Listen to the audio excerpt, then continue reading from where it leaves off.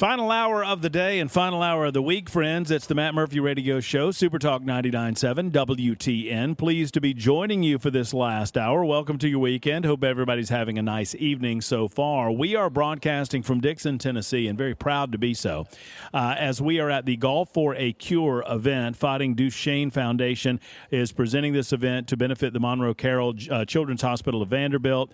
And to talk about this, the nature of the event, Fight DMD, we welcome to the show Terry Marlin, who joins us just to give us a sense of how all of this started and what we're doing it, why we're doing it, and how you can help, even if you're in your home, in your automobile, if you're not near Dixon, and if you're inspired to give a little bit of money as best you can. That's what we're here for, and that's what we're trying to get you to do. Terry, thank you for being on with us. How are you, sir? I'm doing well. Thanks for having me. Well, it's a pleasure to see you. You've been up. You've been here a minute. You got here early this morning, didn't you? Yeah, we got here about 5, so I had to go get my oldest son up. I was there probably 4 o'clock. Okay. So yes, it's been a long day, but it's always worth it. You know, I love golf. I do love being here. It's hard to be here and not golf. Right. When you're the host of the event. But anyway, you know, these generous people here, Super Talk 99.7, 104.5 The Zone, y'all been gracious to us. And so we were diagnosed in 2008, a week before Christmas. Mm-hmm. The kids were 5 and 2. I was on a road trip going to Arkansas and got the call that my oldest, which was 5, was going to get his kindergarten physical, and they thought something looks weird about his calf muscles, and they thought, oh, he might have muscular dystrophy. Mm-hmm. So they called Sonia out of the room, and that's where she works, was Old Harding Pediatrics, mm-hmm. and said, we think it's this. We don't know. We got to do some genetic testing. But we need to test Emery, my youngest, 2 years old at the time. So she called me and said, hey, can you pull over? I'd made it as far as Memphis, heading to Arkansas. And I was like, no, just tell me. Just tell me what it is. She's like, no, just call me at the next gas station. I was like, no, I'm not doing that. Yeah. Just tell me. And so she said, well, they think Jonah's got muscular dystrophy, but they want to test Emery tomorrow. So you need to come home. And I thought, there's no way both of my kids have a disease like this. I didn't know what it was. Right. I didn't know which form of muscular dystrophy. That's just what the doctor thought.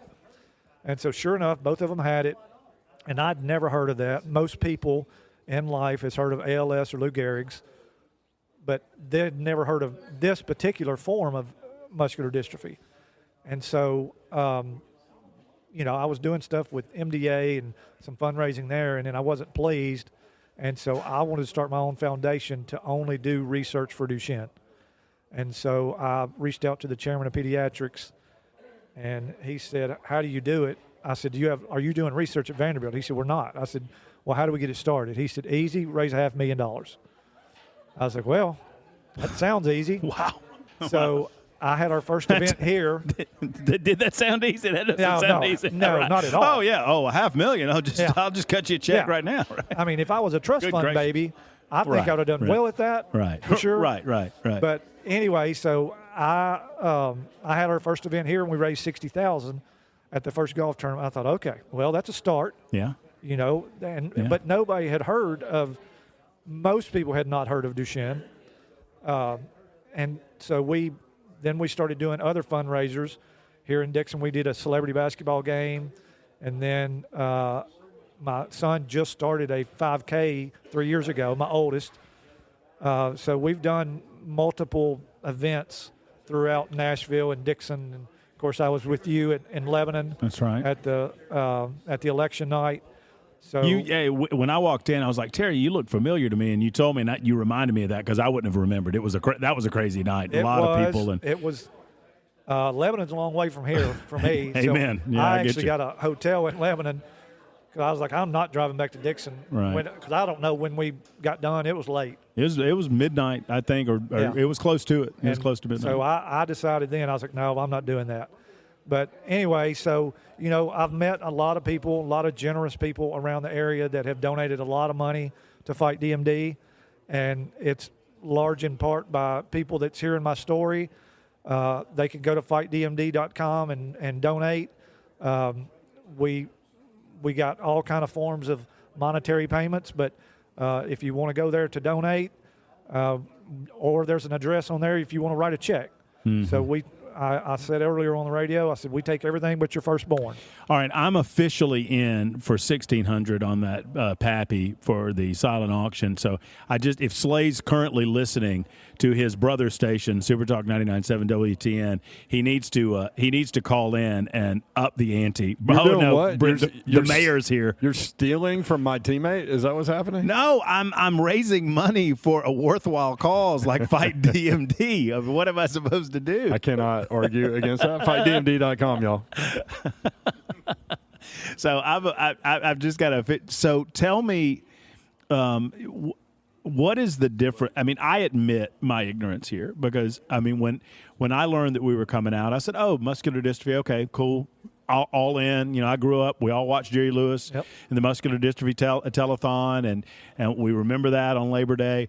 And I didn't realize that I frankly did not realize how many different categories there were, and I did not realize the nature of Duchenne, and just how it's the most common. I think, is that correct?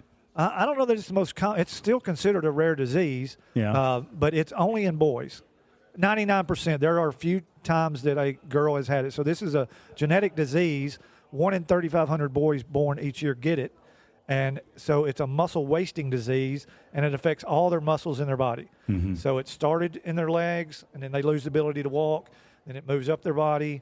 So both boys now can't move. They can still drive their chair with their fingers, but we take them to the bathroom. We have to feed them, put them to bed, do all the things that it takes when you have zero muscle capacity, like you and I and able-bodied people. So it affects all their muscles. Now, it don't affect their brain. They're, normal teenage, or Emery's a teenager, Jonah's 21, but it don't affect their brain. Mm-hmm. And so they know what's going on. They know what is happening to their body, and they have heard me speak publicly since they were diagnosed. So they know what's happening. You watch it happen in front of you, and it's heartbreaking. Mm-hmm. I don't tell this story often, but my grandfather lost both of his children before him. He lost my mother, and he lost my uncle when my uncle was 18, died in a car accident. My grandfather never talked about it, and I got him to open up about it once. And all he would say about it, he said, it's not a natural thing, and unless you go through it, you don't understand it. And I would expect that you probably know more about Pa's words than anybody in this room or anybody in this audience, because that's just got to be hard. It's got to be hard. It's very hard, because I remember so my youngest stopped walking at 8 and was in the bathroom. So my oldest was 8, my youngest was 5. And so we was in the bathroom when he first stopped walking. And so I was having to pick, at 8 years old, you saw Jonah today. He's a big boy. That's right. He's a lot to pick up now. But back then he was 8, he was little. And I remember Emery, my youngest, he said, "Daddy, am I going to lose the ability to walk at 5 years old?" And I was like, we've always been honest with him. Yeah. And I had to be. I was like, yep, you're probably going to lose the ability to walk. I don't know when. But yes, I mean, now they progressed very fast. Like a lot of Duchenne kids might walk till they're 11 or 12 or 13. Mm-hmm. So they both lost the ability to walk at 8. Now, scientifically, I don't know why. I know what exons they're missing. And so the exon gene. What does that mean? What does that mean? So they've got a deletion. So basically, inside their body, they're missing a dystrophin gene that you and I produce without even knowing it. Right. They don't produce it. They've got a gap in their gene that does not allow, scientifically, for the exons to communicate. There's a block, and it's called a deletion. And I don't know if what they have is one that progresses faster. I'm not a doctor. I'm a dad. Right. We had plenty of doctors here today that volunteered, and I could have asked them that, because we gave the seed money for Cumberland Pharmaceuticals in order to start Duchenne research in mice. Now they've worked it up into humans. Mm-hmm. So we gave the seed money. They're based out of Nashville, and they're doing great things, and we've got 9 different research projects going on around the country. So it ain't just Vanderbilt. Mm-hmm. So, but you meet and get to talk to, Duchenne parents all over the world. I sent a wheelchair to a family in the Philippines that they had a kid with Duchenne. They didn't have the means or they're in a remote part of the Philippines. Mm-hmm. And somehow they reached out. And so we sent this was a manual chair, not like what Jonah, you saw today. Right. And a lady out of Dubai reached out. I talked to her a month or two ago, and she was wanting help with a cardiologist here in the States, and so I hooked her up with our cardiologist in Nashville. And I noticed, forgive my ignorance, but I noticed John is a blow chair. That's how he drinks. Oh, okay. Yeah. Now okay, he's got what's called a Toby, that is an iPad that goes on his chair, and how he can use a phone, text, email. Wow. It's an Apple product. Wow. It's great because it's controlled by his eyeballs. Okay. All he does is look at the screen. He can type with his eyes. He can call. He can text. He can do everything, and he's gotten really good at it. But it's all through his eyeballs, and I don't understand that. Right. That is beyond my comprehension yes, too. I've tried it, and it don't work. I mean, it's not specific to his eyeballs. But he just has to know how to do it. Oh yeah, he's very good at it. But he can get on the internet. He can. When he started the 5K, he did all of his communication through his Toby, and so it's a connection to his chair. And that's how he communicates. What makes Duchenne different than what sets it apart from other muscular dystrophies? Well, it's just like ALS, except ALS usually hits, later in life, about 40, 45, 50, somewhere in those ages. And when it hits hard and fast. Right. Where Duchenne, they were diagnosed at 5 and 2. It's more of a slow progression. And, they lost ability to walk at 8, and then things progressed pretty fastly after that. But, they make it longer than 5 years generally. Now, there's kids that have for sure passed away, before 16, 17. It just depends. Our bodies are crazy, and we don't know what's going on inside. Mm-hmm. We know a lot about what's going on inside my kids' bodies, but because we see every specialist you can see at Vanderbilt. What's in the time between when you started this tournament and now, what have you seen in terms of the advancement at Vanderbilt, and what have you experienced in terms of the advancement of fighting to try to figure out how to solve this? There's a lot. I mean, they didn't even have a DMD clinic when we started, and so now we were actually bypassing Vanderbilt to go to Cincinnati Children's because there was a great neurologist there. Mm-hmm. And now, we gave it a bunch of money to Vanderbilt. We've got an endowment there. And so now they've got a really good DMD clinic. And we've got a lot of great specialists that we go and see. But the latest and greatest is a new drug they just came out with. And it's an infusion that for Duchenne kids. And it's a one-time infusion, but it costs $3 million. Whoa. But it's changing the Duchenne world. There's been a few problems along the way, but it's very new. And so a kid just passed away with it, I don't know, 3 or 4 months ago, so they've kind of put a halt on it. Mm-hmm.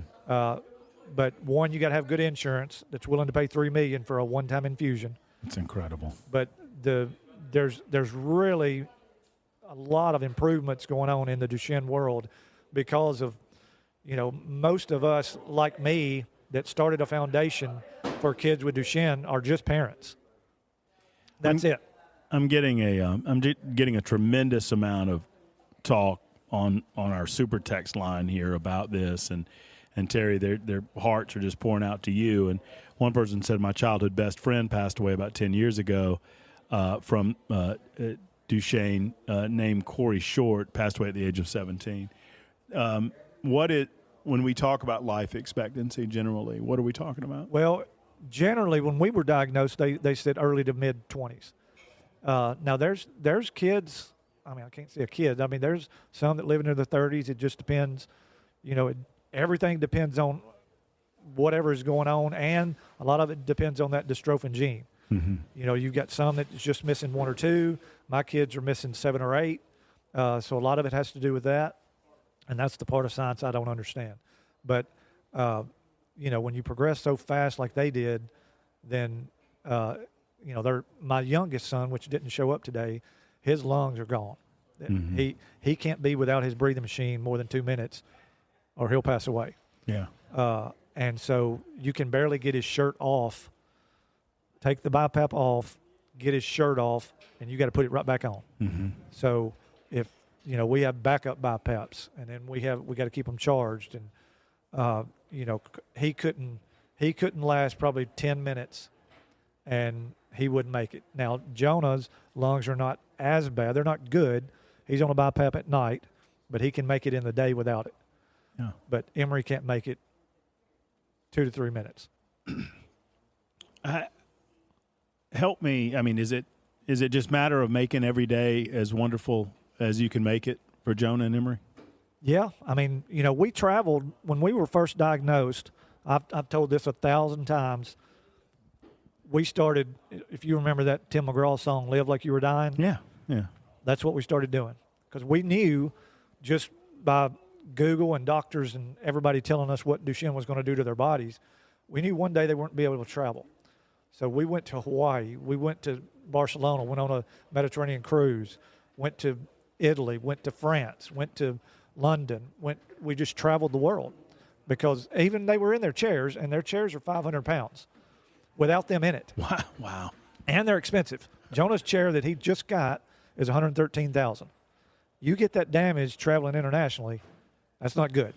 I imagine not. That's right. So that's what we were doing, and now I can't imagine traveling with it. There's no way Emery could travel. Yeah. Jonah and I just went to D.C. last April, and it was a lot. Just me and him, and we went up there to talk to Marsha Blackburn about getting wheelchairs on a plane, because right now they got to go in the cargo hold. So there's a company called All Wheels Up that's trying to battle this fight about, why can't kids, not just Duchenne kids, but anybody that's in a motorized chair. Yeah, just figure it out. Why and can't get a you space just roll available. in? Yeah. And Delta's got a design now that the airplane seat will fold up. Jonah would be able to wheel right in. Lock them in. You're done. Because we've been on trains. We've been in helicopters. We did a helicopter tour in Hawaii. Now, not that they could get their chair in the helicopter. Right, but still, I know I get it. Yeah. We've traveled all over, and most places you can get a wheelchair. It's just airlines. Wow. And then you look at who was the president in 1960-something that was in a wheelchair? FDR. FDR. FDR. In the 30s and 40s. So right. That was 60 years ago. Right. And we still can't get a wheelchair on a plane. Right. So, it's mind-boggling to me. But, there's no way we could travel the way we do it now, because what's your message? I mean, so many folks listening right now, and I know their hearts are going out to you. I can't imagine being in your position as a father, but you've turned, obviously, this pain into positivity. You've turned this pain into doing something about it. You've created this incredible organization. What's your message to the folks listening? Well, we definitely, our research costs $10 million a year, and we definitely need your help. I would just say, you could definitely. I could have just bowed down and said, I'm not going to do anything. I chose to do something. And, when you got 100% of your kids diagnosed, you want to fight. Yeah. And that's what you do. Fight DMD. That's where the name comes from, right? And you have to, because, you watch them. They're the ones going through it. But as the parent, you watch everything go away from their body. And, when you're feeding them. Now, my youngest hadn't ate real food in probably 3 or 4 years. He's on a GJ tube, so he gets fed formula through his GJ tube. Now, Jonah, the oldest one, still eats some real food. But, it's just heartbreaking to watch. And, you still got to get up and fight every day. Even, when something – we know what the end result's going to be for our kids. We just know it. Right. Now, unless something drastic happens, to me tonight or, whatever. But what's about to happen to your kids. And that's what you don't want to see. Well, God bless you, and God bless your spirit. And meeting Jonah today, when I first met him and said hello to him, the first thing he did was smile. So, yeah. I mean, that just swells your heart. to see that smile on his face? Well, he's been doing it so long. Someone came and filmed a story for us, and, he said, I've been in a chair for so long, I can't remember not being in a chair. Yeah. And, that's what he's dealt with for a long time now. I mean, he knows he's not getting out. Terry, this has to be, every time you tell it, it has to be a difficult story to tell. It reminds you of the realities and all of that. But I think in telling that story, you're inspiring people that are listening to us right now to get on the website, give as you can, give some money. Let's beat this thing. Yep, absolutely. And any support you can give, we're willing and able to take it. And just go to fightdmd.com. There's a donate button on there. You can donate as much or as little as you can. I'm whooping those sports boys on that silent auction. I'm telling you, after this conversation, there's no way they're beating me on that. I got to go. Thank you, Terry, for everything. FightDMD.com. We'll be back in just a moment. I'm terribly late. Thank you, Jackson, for letting us run a little bit long with that conversation. It's 28 after the hour on Super Talk.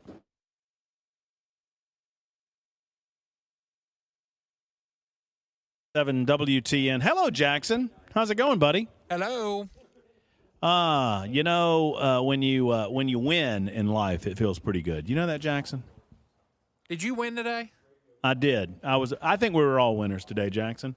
Honestly, I think I was a winner. You were a winner. Ken was a winner. We're all winners today. Everything's winding down at the Greystone Country Club. We're kind of last men standing.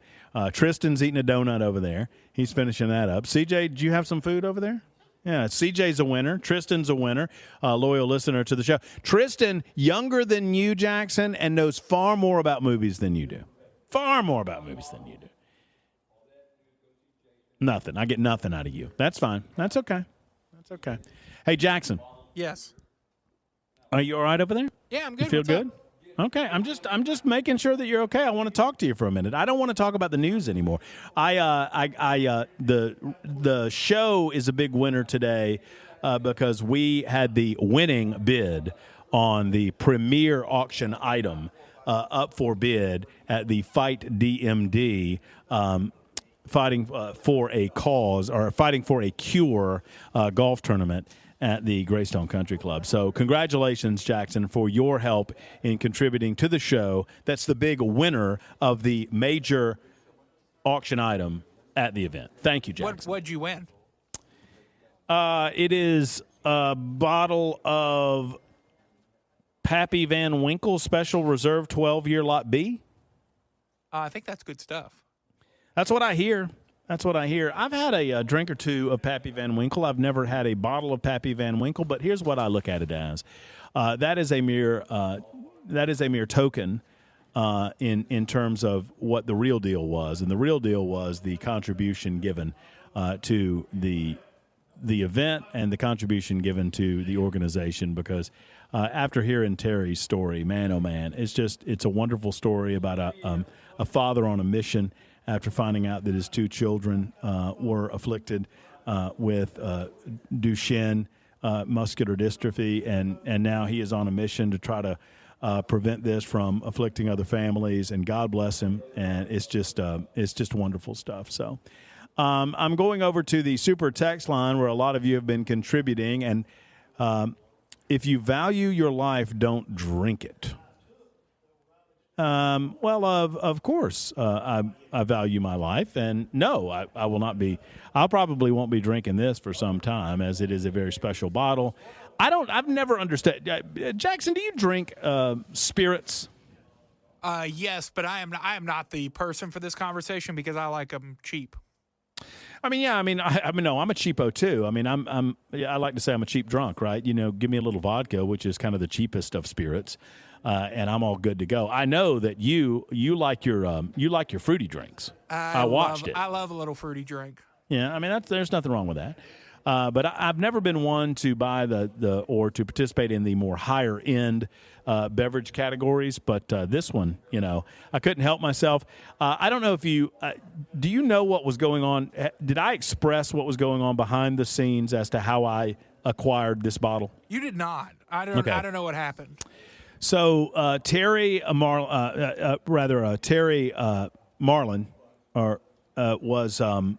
he is the organizer of the event, and he was on with our brother station at 104.5 The Zone, and he was on the morning show, and he was being interviewed by Ramon, and he touched Ramon's heart, and so Ramon made a stout bid toward this fine bottle, and of course Ramon has long gone. Well, Ron Slay, Ramon's brother-in-arms, was here brother. with three.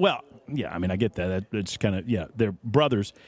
He was here, and he had Ramon's back, and so I was inspired to outbid Ramon in the spirit of the event, and then Slay tried to outbid me. Slay had to go elsewhere, so we went back and forth 4 times in our bidding, as Slay was bidding for Ramon, but Slay had to leave, Jackson. He had to go be at a basketball event. Oh, that's just too bad. That's just too bad because, you have to be present to write your name down on that sheet, don't you? So Murphy bumped the bid up another $50, and there we go. And now we have given a nice donation to the Fight DMD folks, and we walk home with what I consider to be the victory over 104.5 The Zone. That's what it is. Big win. I feel like it's a big win. I think it sets up the weekend. I really do. It does. It sets up the weekend for some big victories. With that in mind, Jackson, I don't know if you got any music back there to play behind this, but I think I need in my world. I am done with politics for now. I am ready to make it a weekend. I'm ready to talk sports with our man, Reaction Action Jackson, and his Super Talk 99.7 WT and Matt Murphy Sports Minute. All Jackson. right, for local games, Vanderbilt takes on Utah State. Should be a pretty easy one for the Commodores. Now let's move on. Tennessee headed to Starkville to take on Mississippi State in a big matchup of 2 SEC foes. Mississippi State came to Neyland last season, got a little B2A action, hoping for that again tomorrow. Kickoff at 3:15. Matt's Georgia Bulldogs headed to Tuscaloosa, or is this game in Athens? Athens, Georgia. Athens, Georgia. Alabama. A big one, the big one this weekend. You have Penn State, Oregon, and a whiteout in Happy Valley. We got a great weekend of football ahead of us. Oklahoma's It is a great off. week of football. And, you feel good. All right, so let's break this down, okay? Can we break this down? Can we turn the Action Jackson Sports Minute into a conversation here, Jackson? Yeah, let's do it. The Volunteers, you got to feel good about this game. I mean, State is bringing a little fire. We would say if I were of a mindset, I might say a little pea and vinegar, if you know what I mean. They are much improved from last season. But I don't think they know what's about to descend upon them in Starkville. Do you? This game makes me nervous. Okay, tell me why. Because with the last 3 seasons of Tennessee football, there's always been this unexplainable road loss. In 2022, it was South Carolina. In 2023, you lose to Missouri or Florida on the road. You could pick one there. I think Florida was much worse than Missouri that season, so I'll go with Florida in that one. And then 2024, you lose to Arkansas on the road.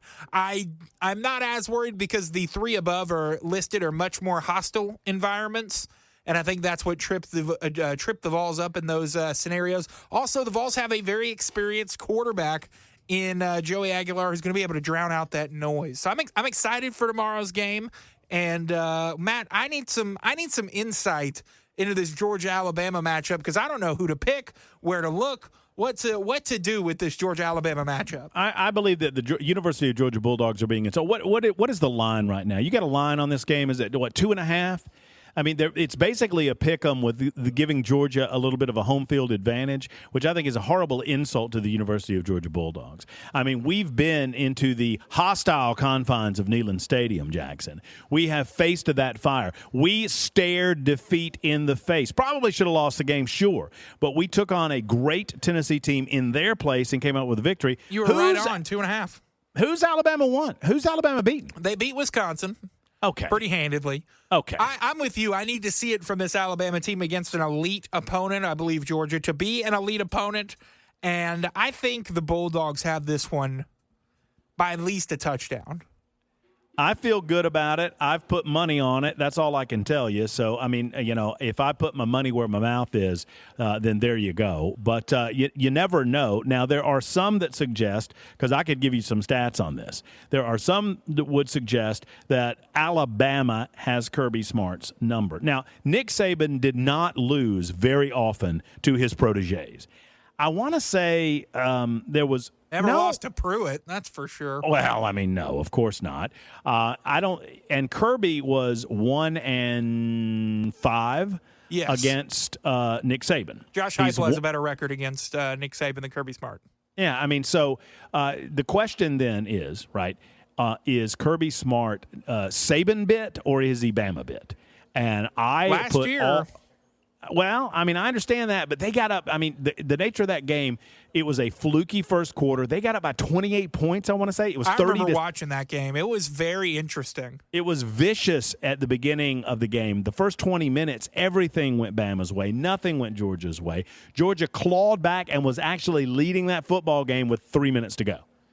And then the hammer came down with Ryan Williams, 75-yard touchdown pitch and catch, and Bama put the game away. But the fight that Georgia presented to go ahead with like 3 minutes to go in the game shows me that Kirby Smart has spirit, he has spunk, he has fight in him. His team never gives up, and that's the big thing, never gives up. I don't think we're going to have to worry about it in this game.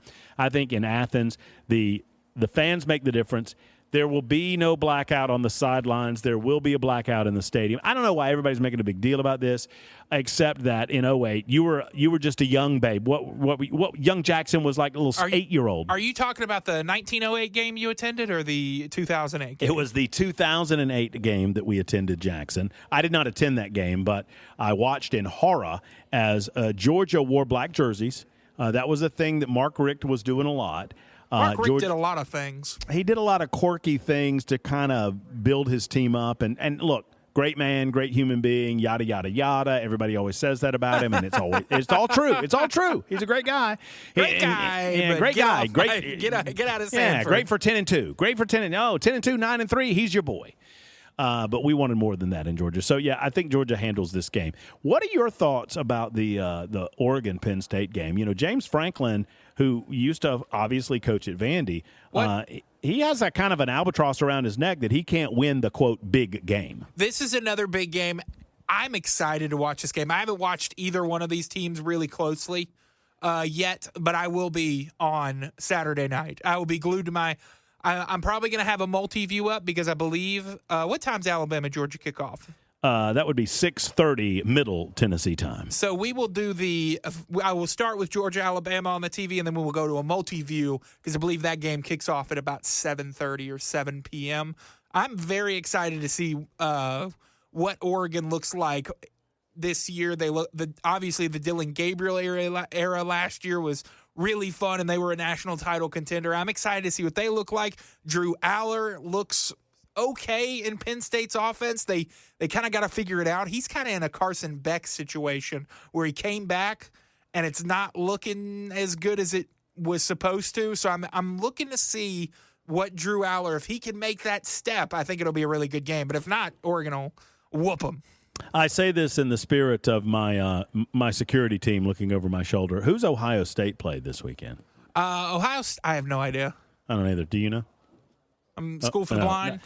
Yeah, it must be. It must be the a nunnery school. Or Is it Minnesota or something? Probably so. Those M schools. What do we got? Oh no, that's not.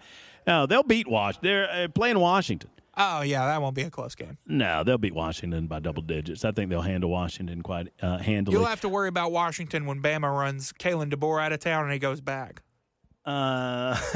Well, I'll let you tell security that line, Jackson. I'm not saying that to him. He's got my back here in Dixon. I'm far away from Kirby's grasp currently. Mm-hmm. All right, so quick timeout. We'll wrap things up in just. But that has been. You want to end it. You want to finish it off with the music. Yeah, that has been the Fraction Reaction Action Jackson Sports Minute on Super Talk 99.7. WTN. Back in a moment to wind it up and call it a weekend right after this on Super Talk.